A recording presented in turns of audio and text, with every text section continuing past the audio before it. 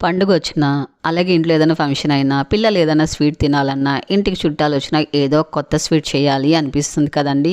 కానీ ఏదైనా స్వీట్ చేయాలంటే చాలా ఖర్చుతో కూడిన పని, అలాగే ఎక్కువ సమయం పడుతుందనుకుంటారు కదా! అస్సలు ఖర్చుతో పని లేకుండా, చాలా తక్కువ ఖర్చుతో, ఎక్కువ సమయం లేకుండా, ఎక్కువ కష్టపడకుండా చాలా ఈజీగా ఇలా చేయండి. అది కూడా స్వీట్ షాప్‌లో దొరకని స్వీట్ అండోయ్! ఇప్పుడు ఎలా చేయాలో చూద్దాం. ముందుగా మనము ఒక పావు కిలో క్యారెట్ తీసుకొని, పైన నీట్‌గా తొక్క తీసేసుకొని, నీట్‌గా ఇలా చిన్న చిన్న ముక్కలు కట్ చేసుకొని తీసుకోండి.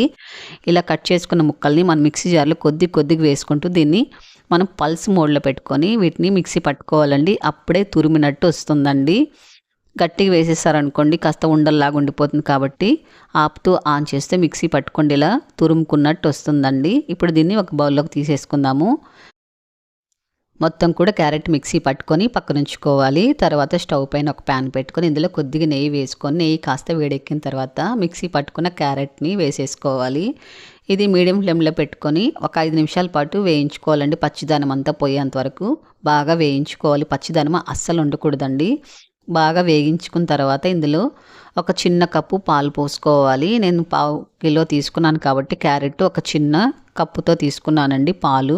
ఈ పాలల్లో బాగా ఉడికించుకోవాలి. మనం మిక్సీ పట్టుకున్నాం కాబట్టి ఎక్కువ పాలైతే పట్టదండి. చిన్న గ్లాస్తో అయితే సరిపోతుంది.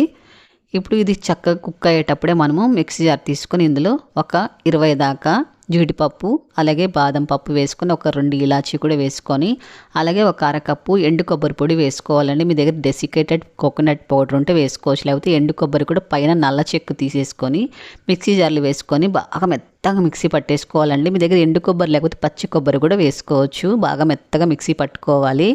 మిక్సీ పట్టుకున్న ఆ పేస్ట్ని వేసుకొని, అలాగే ఒక కప్పు ఫుల్గా నేను బెల్లం తీసుకున్నాను. మీకు స్వీట్ ఎంత కావాలో అంత బెల్లం తీసుకోండి. చక్కెర కూడా అవసరం లేదండి, మనము ఓన్లీ బెల్లంతోనే చేస్తున్నాము. హెల్త్ కూడా చాలా మంచిదండి. ఇదంతా కూడా బాగా మెల్ట్ అయ్యి ఇంకాసేపు కుక్ అవ్వాలి.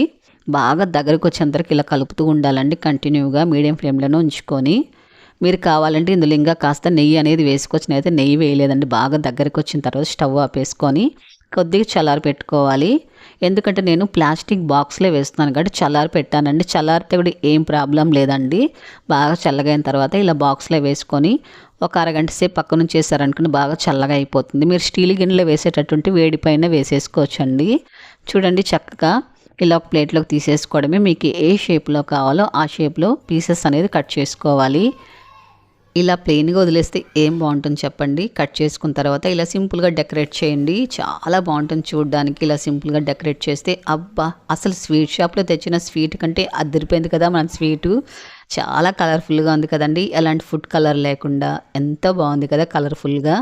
అలాగే ఇంటికి వచ్చిన చుట్టాలకి ఇలా చేసి పెట్టండి, మిమ్మల్ని మెచ్చుకోక మానరండి. అలాగే పండగకి మనం ఎవరింటికన్నా నేను వెళ్ళినప్పుడు ఇలా స్వీట్ బాక్స్లో వేసుకొని స్వీట్ తీసుకెళ్ళండి. అసలు ఖచ్చితంగా నమ్మేస్తారండి, వాళ్ళు స్వీట్ షాప్లో తెచ్చారేమో అనుకుంటారండి.